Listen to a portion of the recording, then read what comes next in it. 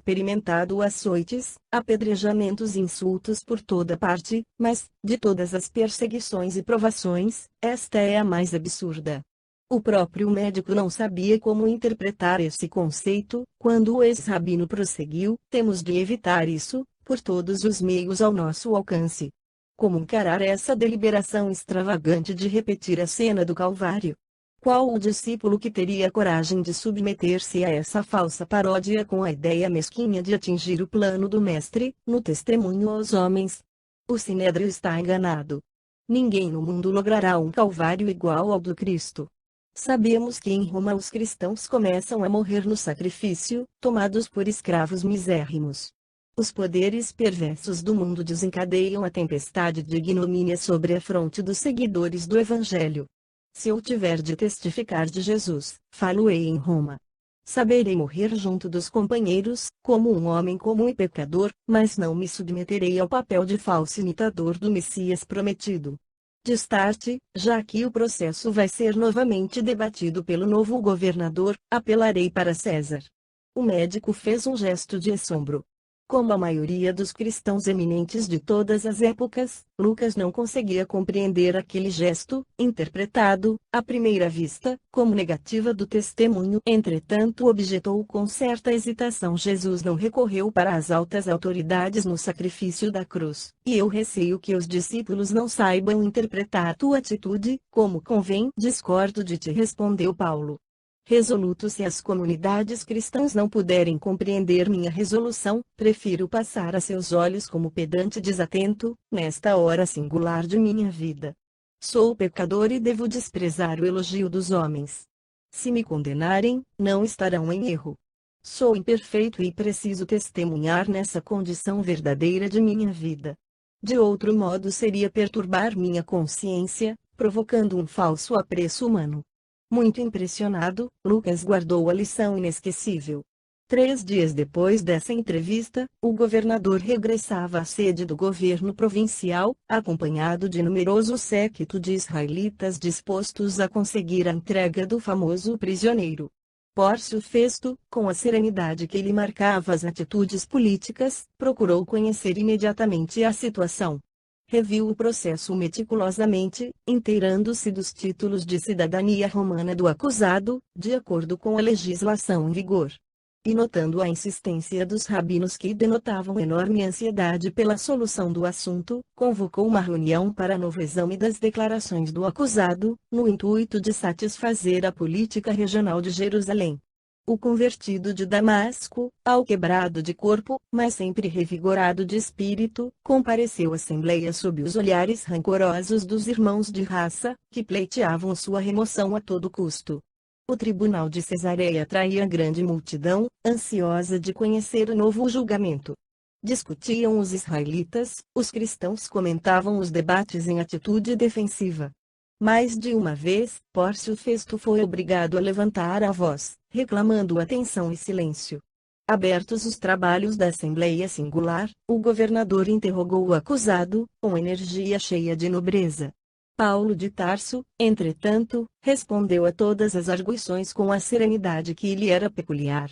Não obstante a manifesta animosidade dos judeus, declarou que em nada os havia ofendido e não se recordava de qualquer ato de sua vida no qual houvesse atacado o templo de Jerusalém ou as leis de César. Festo percebeu que tratava com um espírito culto e eminente, e que não seria tão fácil entregá-lo ao sinédrio, conforme julgara a princípio.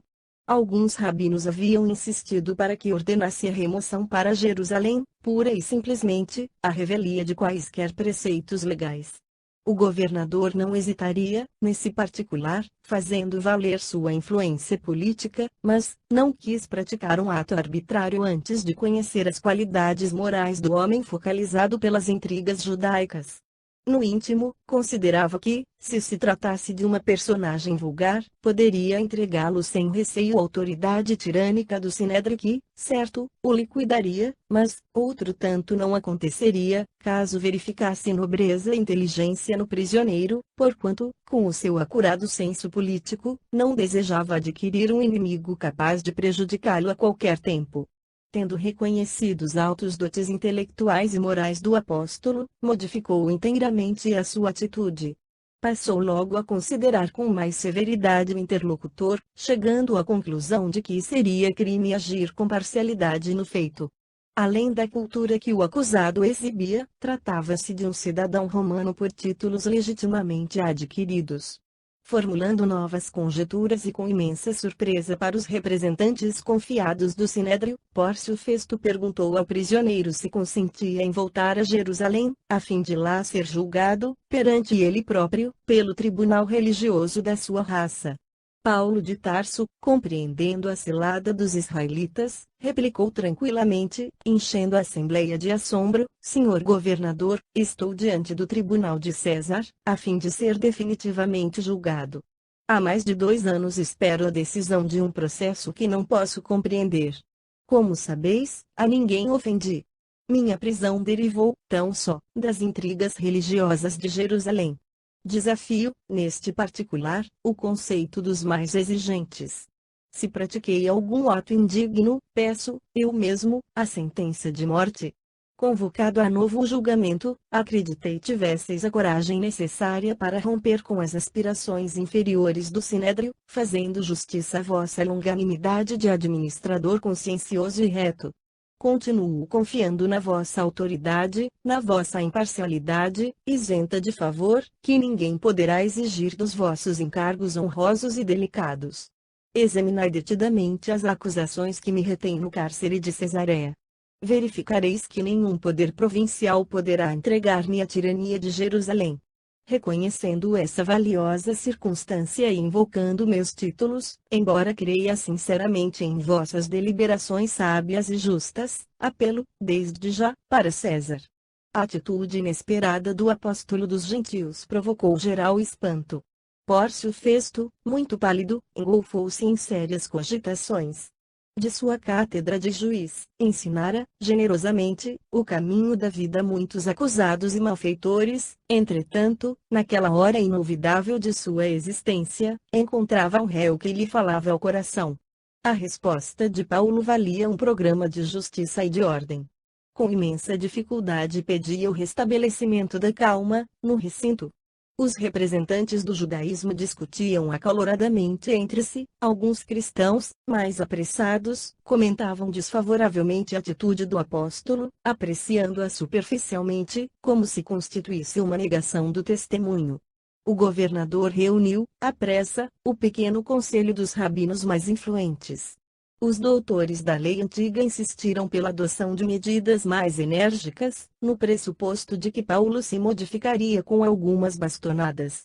Entretanto, sem desprezar a oportunidade de mais uma prestigiosa lição para sua vida pública, o governador cerrou ouvidos às intrigas de Jerusalém, afirmando que de modo algum podia transigir no cumprimento do dever. Naquele significativo instante de sua vida, desculpou-se, desapontado, com os velhos políticos do Sinédrio e do Templo, que o fichavam com olhos rancorosos, e pronunciou as célebres palavras: apelaste para César, irás a César.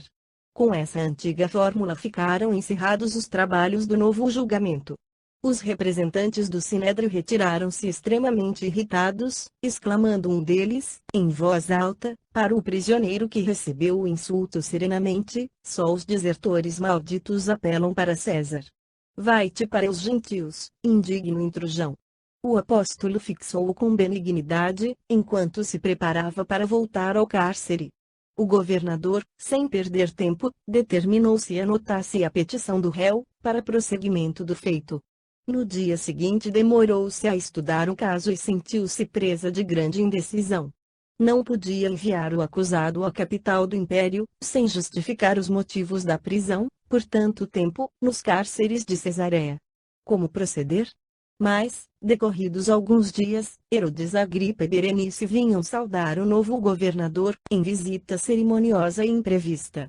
O preposto imperial não pôde dissimular as preocupações que o absorviam, e depois das solenidades protocolares, devidas a hóspedes tão ilustres, contou Agripa a história de Paulo de Tarso, cuja personalidade empolgava os mais indiferentes. O rei palestinense, que conhecia a fama do ex-rabino, manifestou desejo de observá-lo de perto, ao que Festuânio satisfeitíssimo, não somente pela possibilidade de proporcionar um prazer ao hóspede generoso, senão também por esperar das impressões do mesmo algo de útil para ilustrar o processo do apóstolo, que lhe incumbia enviar para Roma. Pórcio deu a esse ato um caráter festivo. Convidou as personalidades mais eminentes de Cesareia, reunindo-los e da assembleia em torno do rei, no melhor e mais vasto auditório da corte provincial. Primeiramente houve bailados e música, em seguida, o convertido de Damasco, devidamente escoltado, foi apresentado pelo próprio governador, em termos discretos, mas cordiais e sinceros. Herodes Agripa impressionou-se logo, vivamente, com a figura alquebrada e franzina do apóstolo, cujos olhos serenos traduziam a energia inquebrantável da raça. Curioso por conhecê-lo melhor, mandou que se defendesse de viva voz. Paulo compreendeu a profunda significação daquele minuto e passou a historiar os transes da sua existência com grande erudição e sinceridade. O rei ouvia assombrado. O ex-rabino evocou a infância, deteve-se nas reminiscências da mocidade, explicou sua versão aos seguidores do Cristo Jesus e, exuberante de inspiração, traçou o quadro do seu encontro com o Mestre redivivo, às portas de Damasco, à viva luz do sol. Em seguida, passou a enumerar os feitos da obra de gentilidade, as perseguições sofridas em toda parte por amor ao Evangelho, concluindo, com veemência, que, sem embargo, suas pregações não contrariavam, antes corroboravam as profecias da lei antiga, desde Moisés. Dando curso à imaginação ardente e fácil, o orador tinha os olhos jubilosos e brilhantes. A Assembleia aristocrática estava eminentemente impressionada com os fatos narrados, denotando entusiasmo e alegria. Herodes Agripa, muito pálido, tinha a impressão de haver encontrado uma das mais profundas vozes da revelação divina.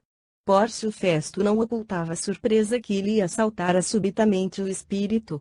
Não presumia no prisioneiro tamanho cabedal de fé e persuasão.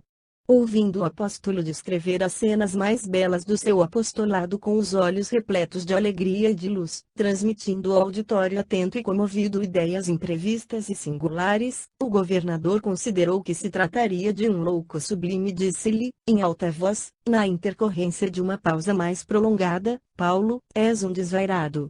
As muitas letras fazem-te delirar. O ex-rabino, longe de se atemorizar, respondeu nobremente: enganais-vos. Não sou um louco.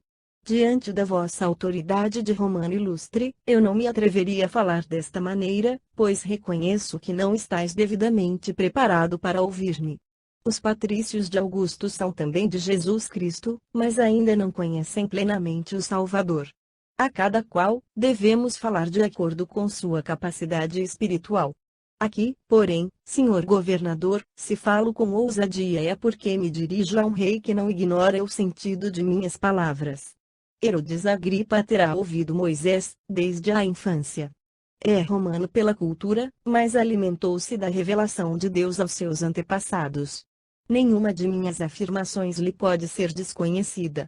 De outro modo, ele trairia sua origem sagrada, pois todos os filhos da nação que aceitou o Deus único devem conhecer a revelação de Moisés e dos profetas. Credes assim, rei Agripa? A pergunta causou enorme espanto. O próprio administrador provincial não teria coragem de se dirigir ao rei com tamanha desenvoltura.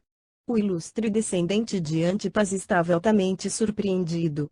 Extrema palidez cobria-lhe o semblante. Ninguém, assim, jamais lhe houvera falado em toda a sua vida. Percebendo-lhe a atitude mental, Paulo de Tarso completou a poderosa argumentação, acrescentando: sei que credes.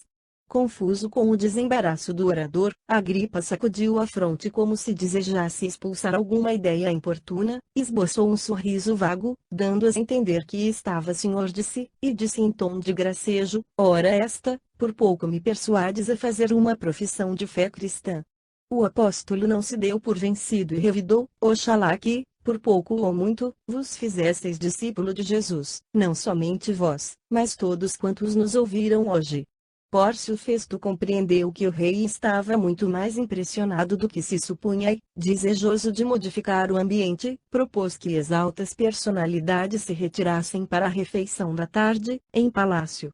O ex-rabino foi reconduzido ao cárcere, deixando nos ouvintes imorredoura a impressão. Berenice, sensibilizada, foi a primeira a manifestar-se, reclamando demência para o prisioneiro. Os demais seguiram a mesma corrente de benévola simpatia.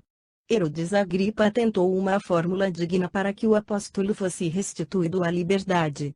O governador, porém, explicou que, conhecendo a fibra moral de Paulo, tomara a sério seu recurso para César, estando já pergaminhadas as primeiras instruções a respeito.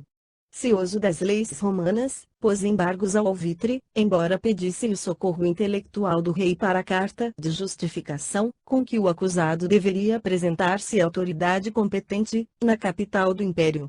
Desejoso de conservar sua tranquilidade política, o descendente dos Herodes não aventou qualquer nova sugestão, lamentando apenas que o prisioneiro já houvesse recorrido em derradeira instância.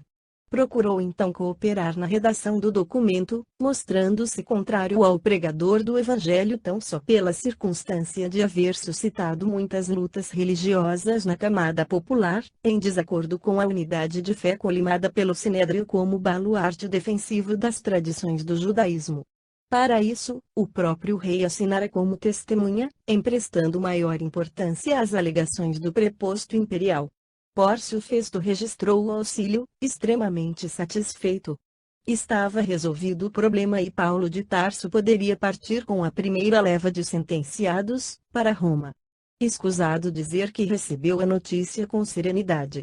Depois de um entendimento com Lucas, pediu que a igreja de Jerusalém fosse avisada, bem como a de Sidom, onde o navio, certo, haveria de receber carga e passageiros.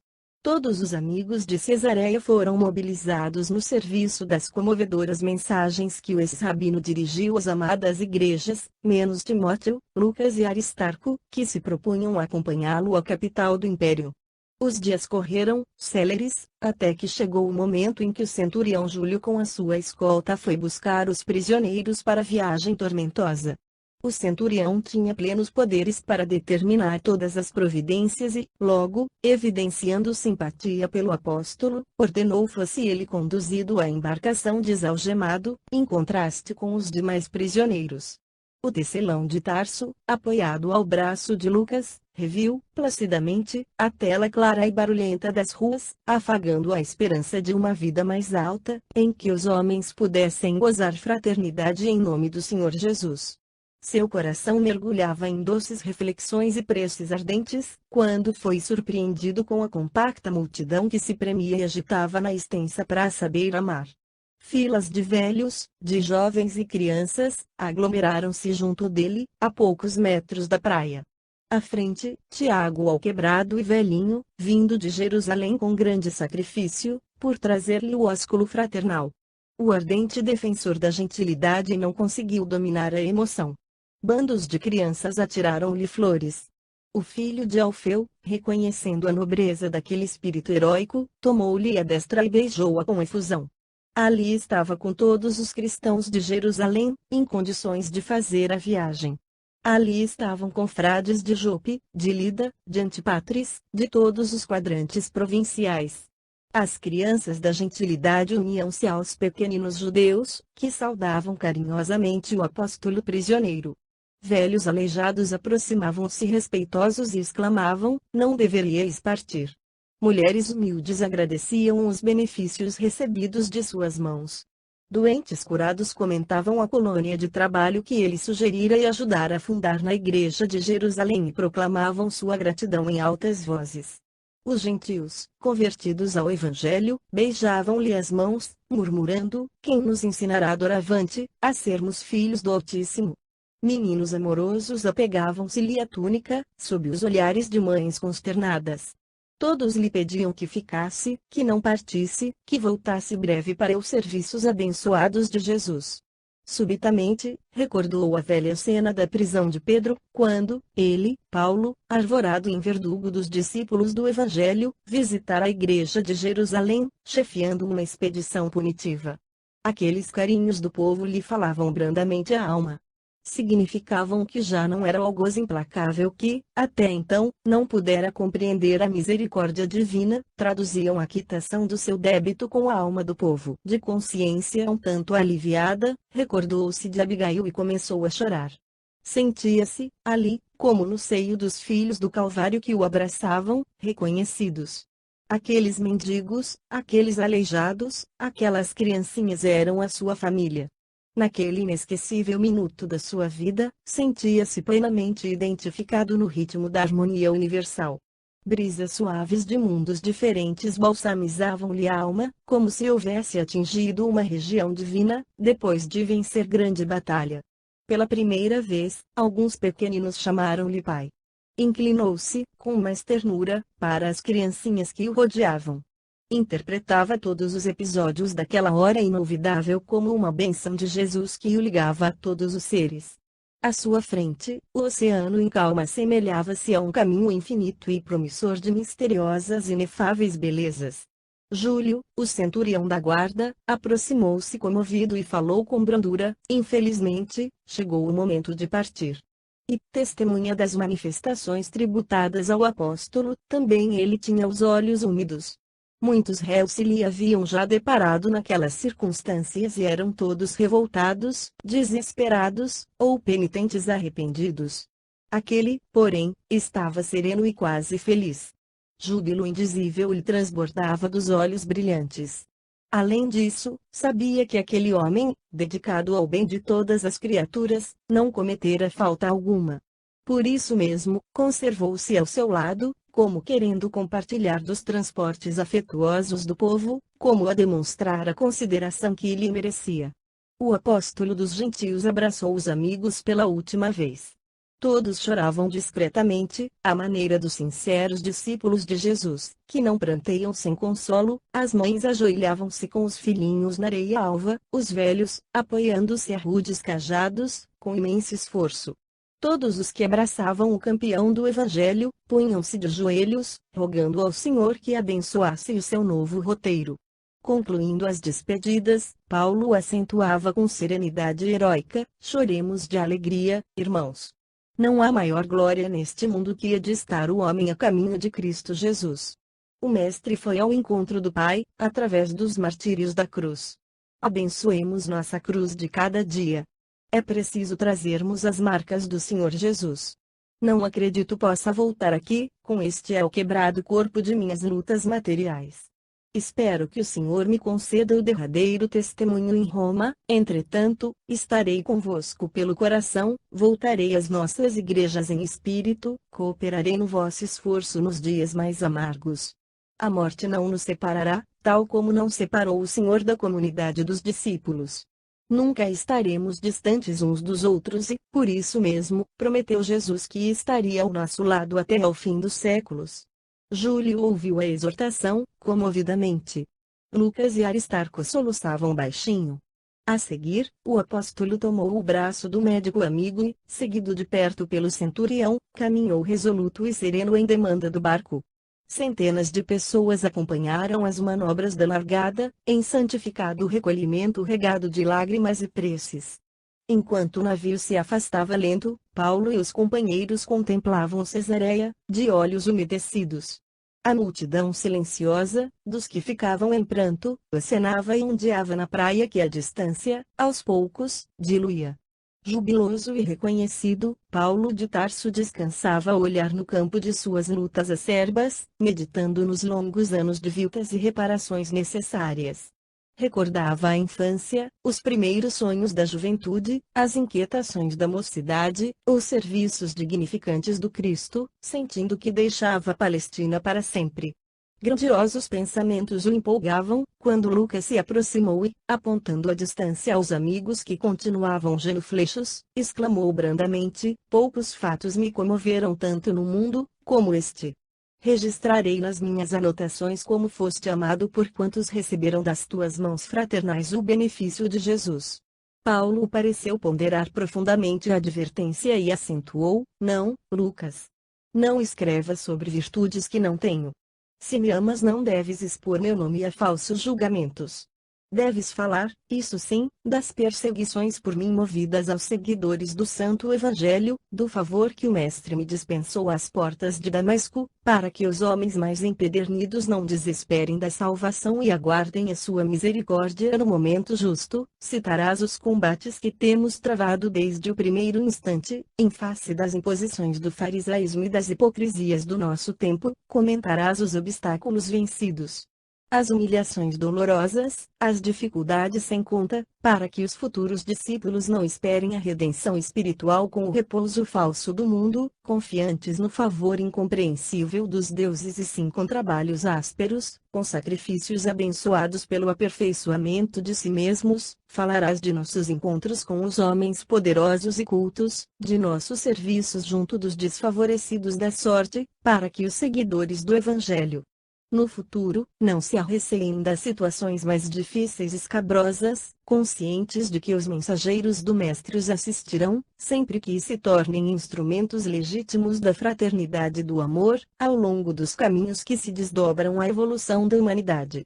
E depois de longa pausa, em que observou a atenção com que Lucas lhe acompanhou os inspirados raciocínios, prosseguiu em tom sereno e firme: cala sempre, porém, as considerações, os favores que tenhamos recolhido na tarefa, porque esse galardão só pertence a Jesus.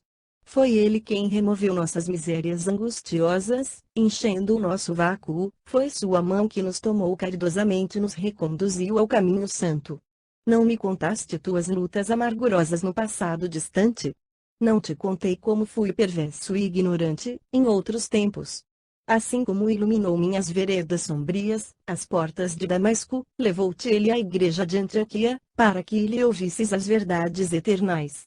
Por mais que tenhamos estudado, sentimos um abismo entre nós e sabedoria eterna. Por mais que tenhamos trabalhado, não nos encontramos dignos daquele que nos assiste e guia desde o primeiro instante da nossa vida. Nada possuímos de nós mesmos. O Senhor enche o vácuo de nossa alma e opera o bem que não possuímos. Esses velhinhos trêmulos que nos abraçaram em lágrimas, as crianças que nos beijaram com ternura, fizeram-no Cristo. Tiago e os companheiros não vieram de Jerusalém tão só para manifestar-nos sua fraternidade afetuosa, vieram trazer testemunhos de amor ao Mestre que nos reuniu na mesma vibração de solidariedade sacrossanta, embora não saibam traduzir o mecanismo oculto dessas emoções grandiosas e sublimes. No meio de tudo isso, Lucas, fomos apenas míseros servos que se aproveitaram dos bens do Senhor para pagar as próprias dívidas. Ele nos deu a misericórdia para que a justiça se cumprisse. Esses júbilos e essas emoções divinas lhe pertencem. Não tenhamos, portanto, a mínima preocupação de relatar episódios que deixariam uma porta aberta para a vaidade incompreensível. Que nos baste a profunda convicção de havermos liquidado nossos débitos clamorosos.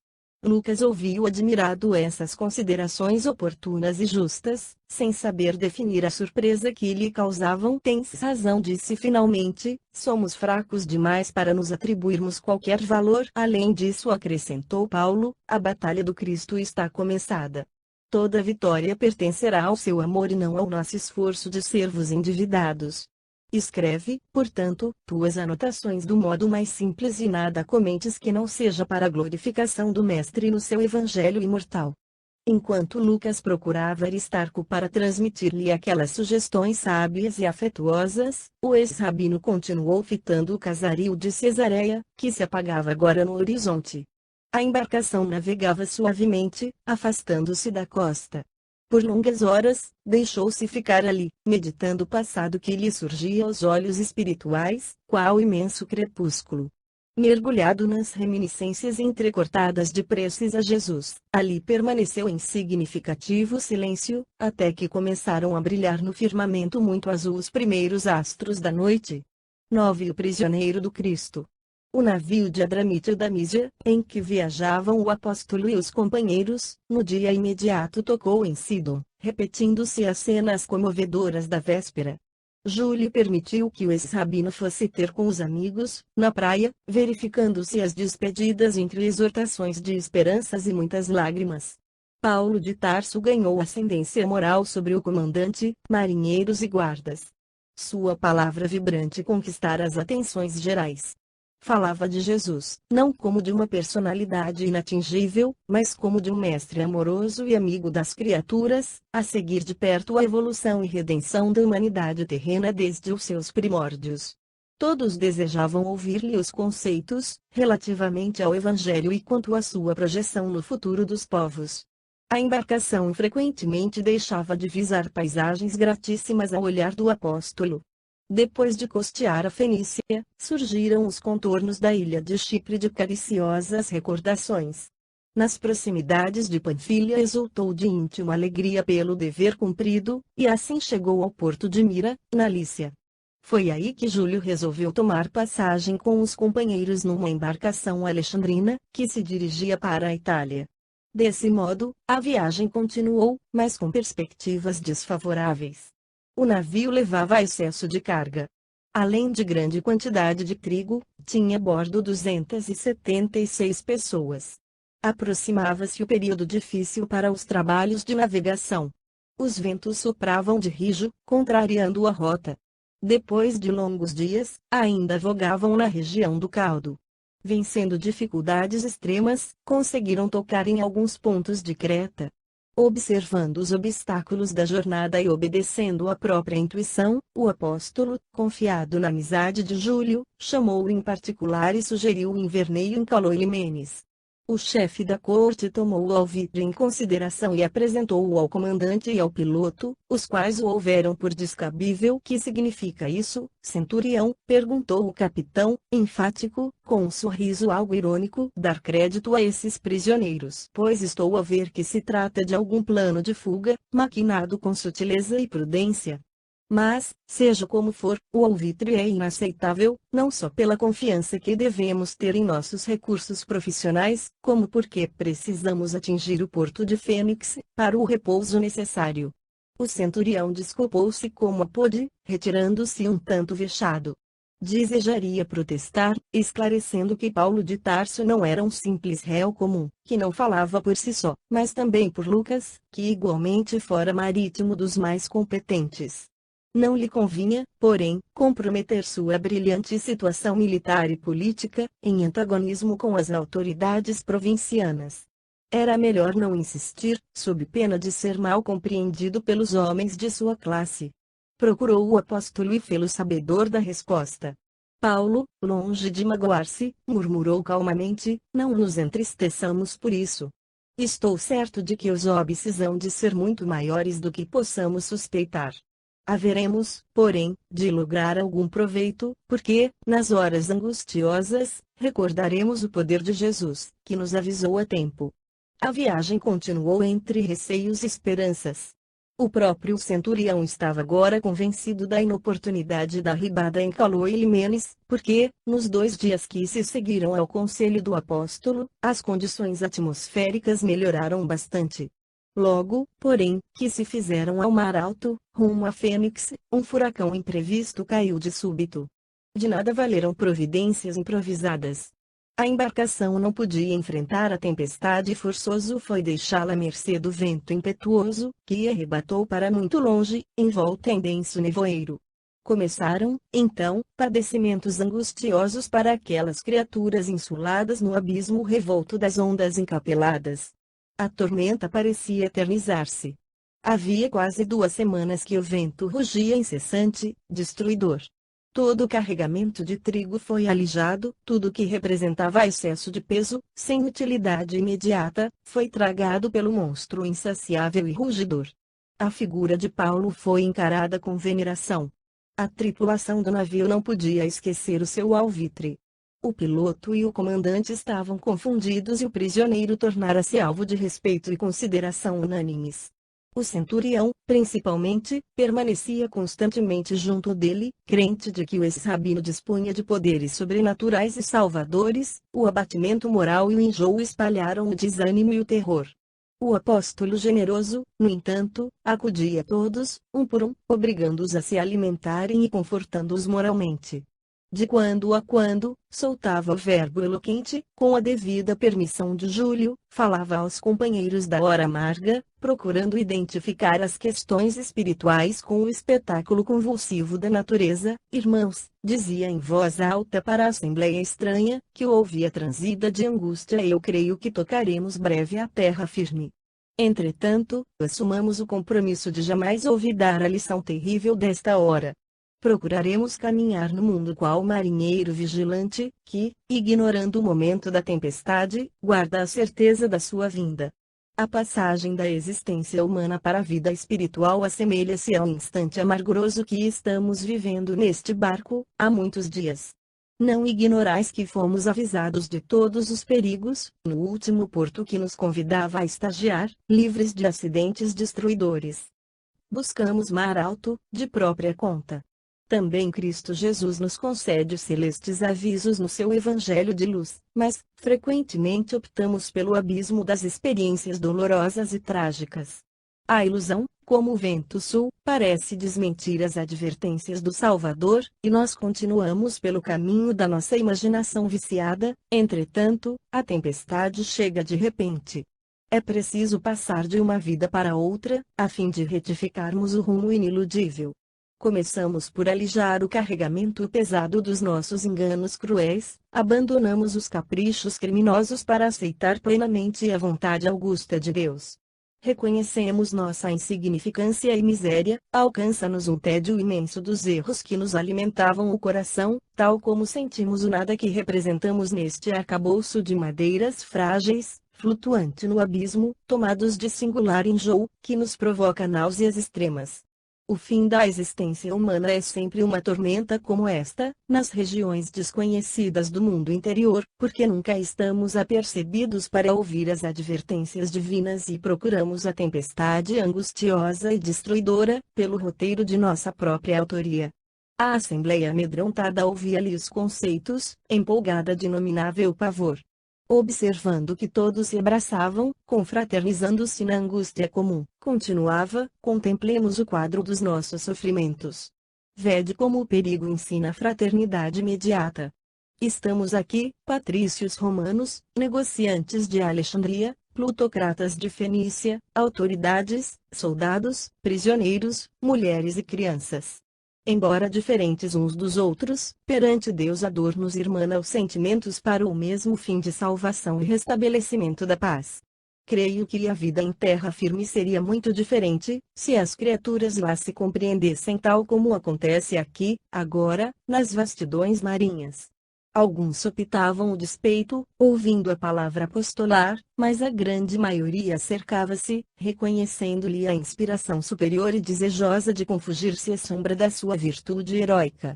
Decorridos 14 dias de cerração e tormenta, o barco alexandrino atingiu a ilha de Malta. Enorme, geral alegria, mas, o comandante, ao ver afastado o perigo e sentindo-se humilhado com a atitude do apóstolo durante a viagem, sugeriu a 2 soldados o assassínio dos prisioneiros de Cesareia, antes que pudessem evadir-se.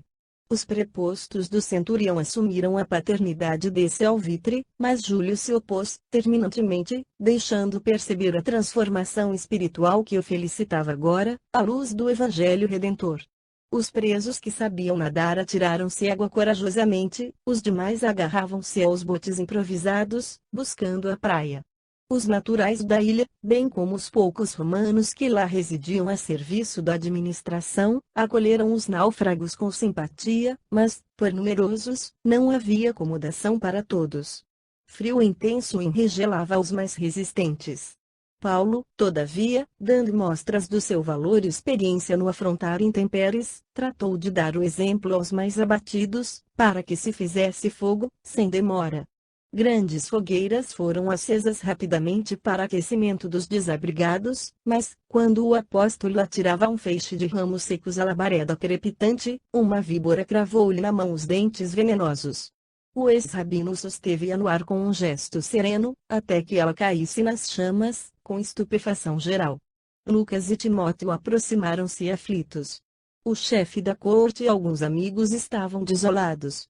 é que os naturais da ilha, observando o fato, davam alarme, asseverando que o réptil era dos mais venenosos da região, e que as vítimas não sobreviviam mais que horas. Os indígenas, impressionados, afastavam-se discretamente. Outros, assustadiços, afirmavam: este homem deve ser um grande criminoso, pois, salvando-se das ondas bravias, veio encontrar aqui o castigo dos deuses. Não eram poucos os que aguardavam a morte do apóstolo, contando os minutos. Paulo, no entanto, aquecendo-se como lhe era possível, observava a expressão fisionômica de cada um e orava com fervor. Diante do prognóstico dos nativos da ilha, Timóteo aproximou-se mais intimamente e buscou cientificá-lo do que diziam a seu respeito. O ex-rabino sorriu e murmurou: não te impressiones. As opiniões do vulgo são muito inconstantes, tenho disso experiência própria. Estejamos atentos aos nossos deveres, porque a ignorância sempre está pronta a transitar da maldição ao elogio e vice-versa. É bem possível que daqui a algumas horas me considerem um deus. Com efeito, quando viram que ele não acusara nem mesmo a mais leve impressão de dor, os indígenas passaram a observá-lo como entidade sobrenatural. Já que se mantivera indene ao veneno da víbora, não poderia ser um homem comum, antes algum enviado do Olimpo, a que todos deveriam obedecer. A esse tempo, o mais alto funcionário de Malta, Públio Apiano, chegara ao local e ordenava as primeiras providências para socorrer os náufragos, sendo eles conduzidos a vastos galpões desabitados, próximo de sua residência, lá recebendo caldos quentes, remédio e roupas. O preposto imperial reservou os melhores cômodos da própria moradia para o comandante do navio e o centurião Júlio, atento ao prestígio dos respectivos cargos, até que pudessem obter novas acomodações na ilha.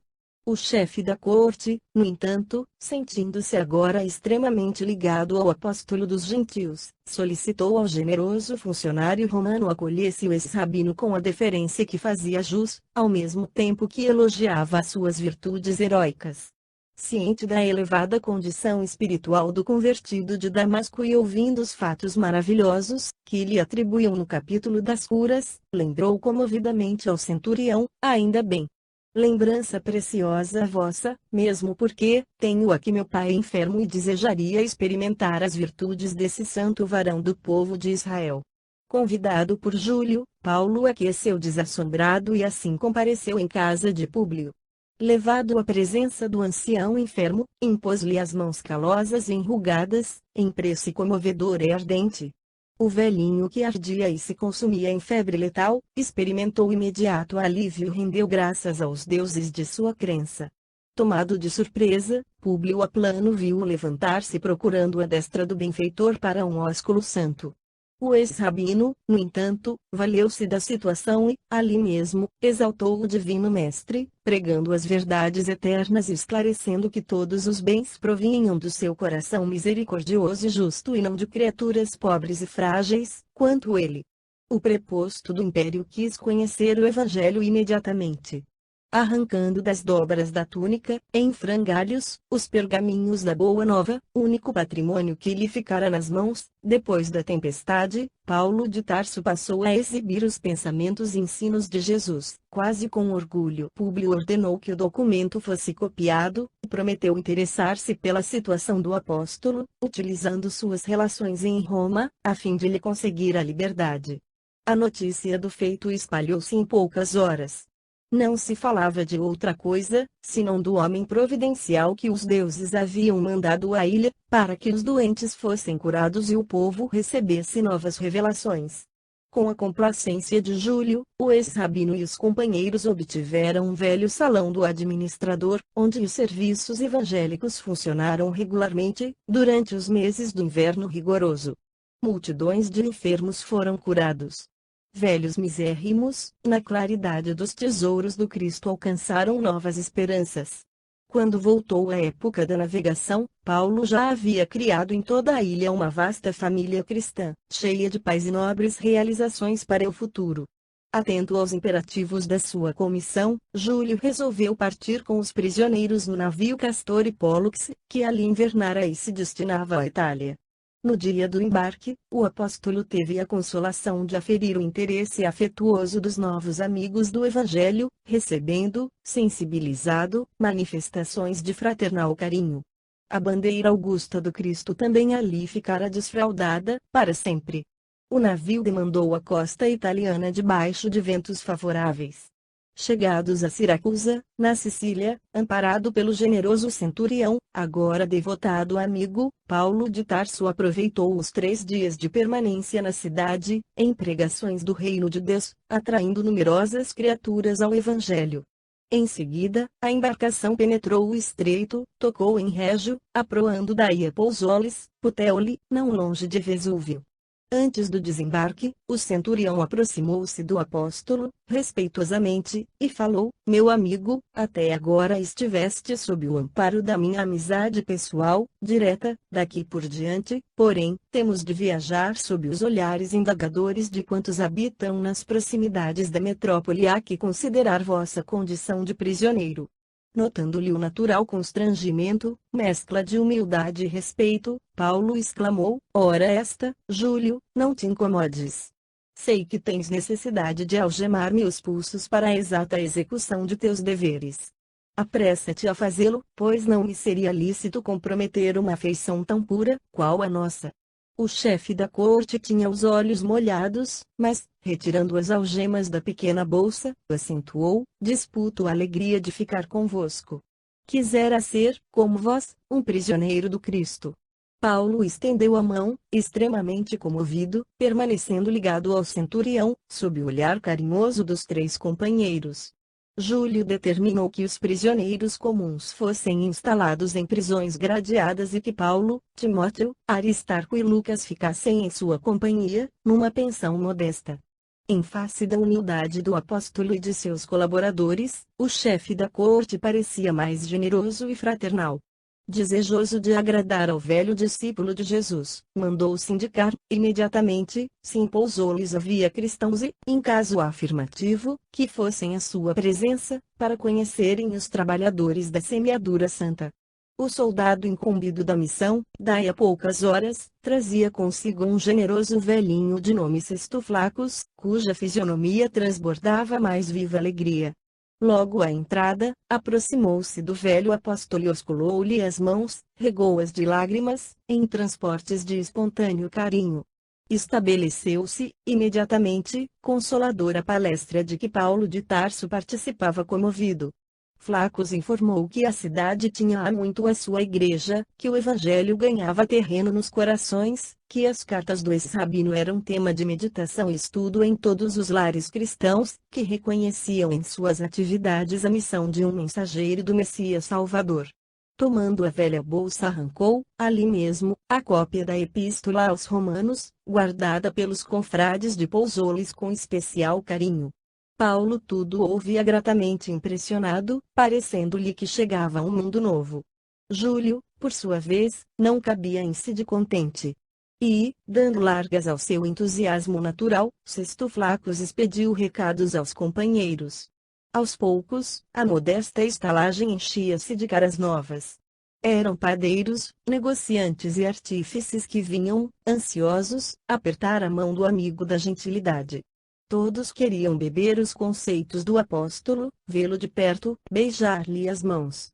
Paulo e companheiros foram convidados a falar na igreja aquela mesma noite, cientes de que o centurião pretendia partir para Roma no dia imediato. Os sinceros discípulos do Evangelho, em Pousolis, rogaram a Júlio permitisse a demora de Paulo entre eles, ao menos por 7 dias, ao que o chefe da corte atendeu de bom grado. A comunidade viveu horas de júbilo imenso. Sesto Flacos e os companheiros expediram 2 emissários a Roma, para que os amigos da cidade imperial tivessem conhecimento da vinda do apóstolo dos gentios. E, cantando louvores no coração, os crentes passaram dias de limitada aventura. Decorrida a semana de trabalhos frutuosos, felizes, o centurião fez ver a necessidade de partir. A distância vencer-se-dia de 200 quilômetros, com 7 dias de marcha consecutiva e fatigante.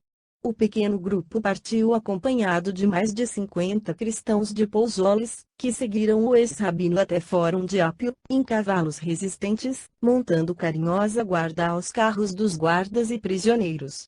Nessa localidade, distante de Roma 40 e poucas milhas, aguardava o apóstolo dos gentios a primeira representação dos discípulos do Evangelho na cidade imperial. Eram anciães comovidos, cercados por alguns companheiros generosos, que, por pouco, carregavam o ex-rabino nos braços. Júlio não sabia como disfarçar a surpresa que lhe a alma. Jamais viajara com um prisioneiro de tamanho prestígio. De Fórum de Apio a caravana demandou o sítio denominado As Três Tavernas, acrescida agora do grande veículo que levava os anciães romanos, e sempre rodeada de cavaleiros fortes e bem dispostos. Nessa região, singularmente nomeada, em vista do grande conforto de suas hospedarias, outros carros e novos amigos esperavam Paulo de Tarso com sublimes demonstrações de alegria. O apóstolo, agora, contemplava as regiões do Lácio empolgado por emoções suaves e doces. Tinha a impressão de haver aportado a um mundo diferente da sua Ásia cheia de combates acerbos. Com permissão de Júlio, a figura mais representativa dos anciães romanos tomara assento junto de Paulo, naquele jubiloso fim de viagem.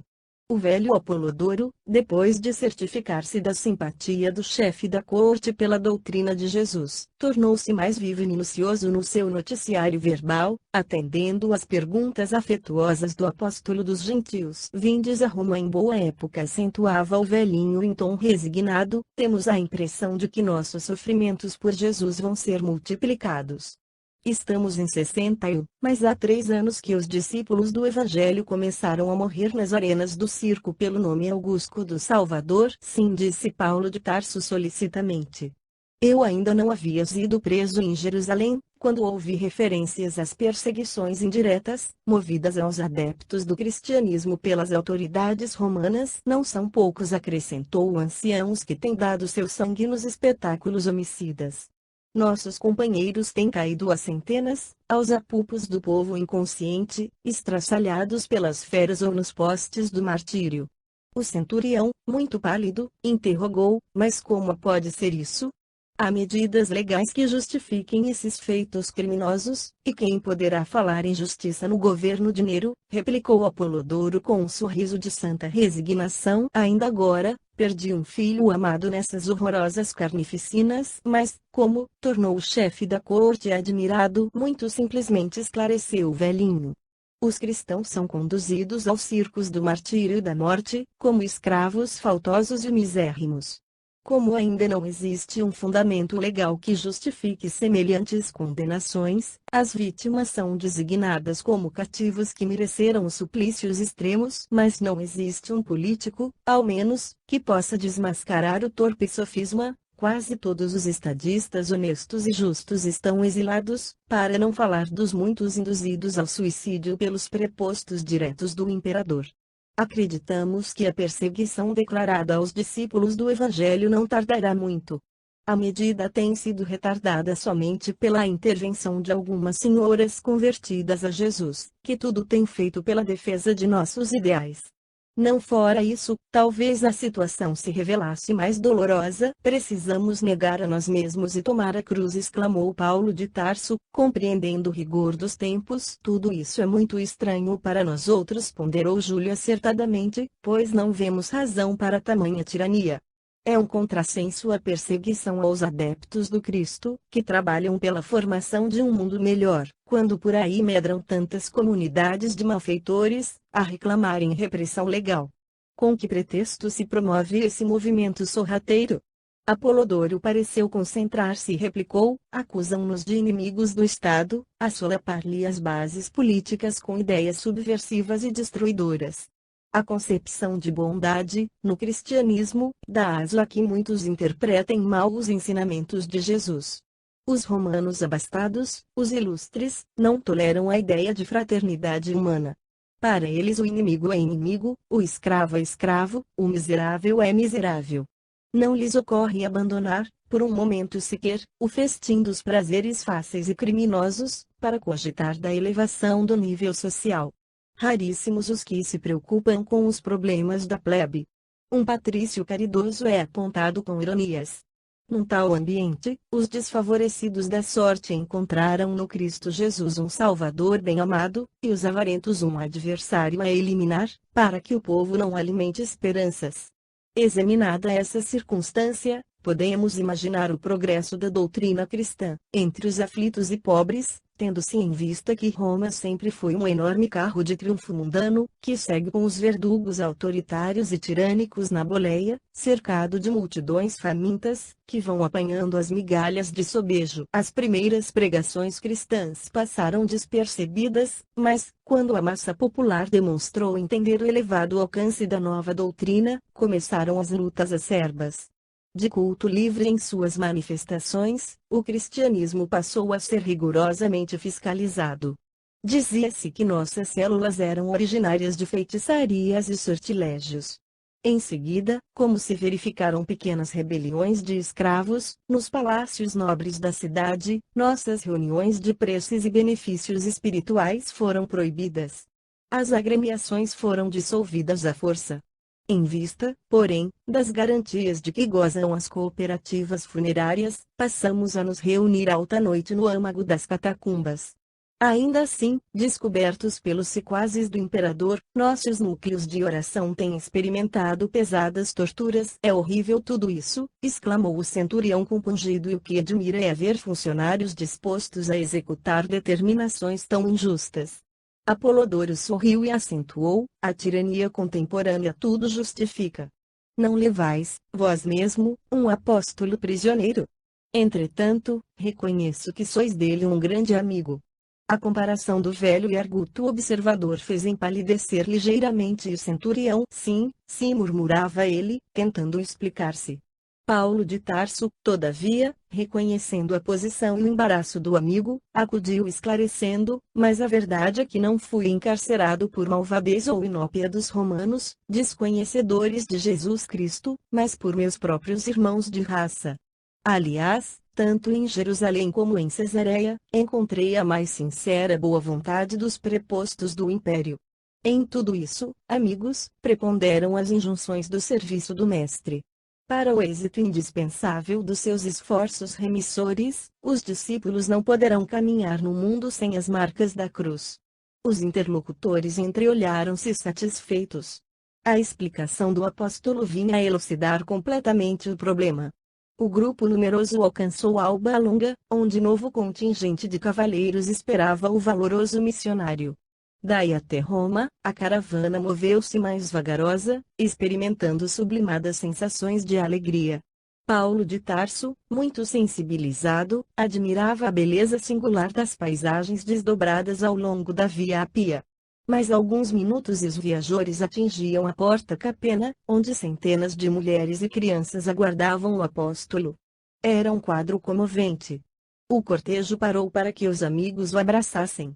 Eminentemente emocionado, o centurião acompanhou a cena inesquecível, contemplando anciãs de cabelos nevados osculando as mãos de Paulo, com infinito carinho. O apóstolo, enlevado naquelas explosões de afeto, não sabia se havia de contemplar os panoramas prodigiosos da cidade das sete colinas, se paralisar o curso das emoções para prosternar-se em espírito, num preito justo de reconhecimento a Jesus. Obedecendo às ponderações amigas de Apolodoro, o grupo dispersou-se. Roma inteira banhava-se suavemente no crepúsculo de opalas. Brisas cariciosas sopravam, de longe, balsamizando a tarde quente. Considerando que Paulo precisava de repouso, o centurião resolveu passar a noite numa hospedaria e apresentar-se com os prisioneiros no dia imediato, ao quartel dos pretorianos, depois de refeitos da longa e exaustiva viagem. Somente na manhã seguinte, compareceu perante as autoridades competentes, apresentando os acusados. Feliz expediente aquele, porque o ex-rabino sentia-se perfeitamente reconfortado. Na véspera, Lucas, Timóteo e Aristarco separaram-se dele, a fim de se instalarem na companhia dos irmãos de Ideal, até poderem fixar a sua posição. O centurião de Cesareia encontrou no quartel da Via Nomentana altos funcionários que podiam perfeitamente atendê-lo, com referência ao assunto que o trazia à capital do império, mas fez questão de esperar o general Burrus, amigo pessoal do imperador e conhecido por suas tradições de honestidade, no intuito de esclarecer o caso do apóstolo. O general o atendeu com presteza e solicitude e ficou suficientemente informado da causa do ex-rabino, tanto quanto dos seus antecedentes pessoais e das lutas e sacrifícios que vinha amargurando. Prometeu estudar o caso com o maior interesse, depois de guardar, solícito, os pergaminhos remetidos pela justiça de Cesareia. Na presença do apóstolo, afirmou ao centurião que, caso os documentos provassem a cidadania romana do acusado, ele poderia gozar das vantagens da custódia libera, passando a viver fora do cárcere, apenas acompanhado por um guarda, até que a magnanimidade de César decidisse o seu recurso. Paulo foi recolhido à prisão com os demais companheiros, como medida preliminar ao exame da documentação trazida. Júlio despediu-se comovido, os guardas abraçaram o ex-rabino, contristados e respeitosos. Os altos funcionários do quartel acompanharam a cena com indisfarçável surpresa. Prisioneiro algum havia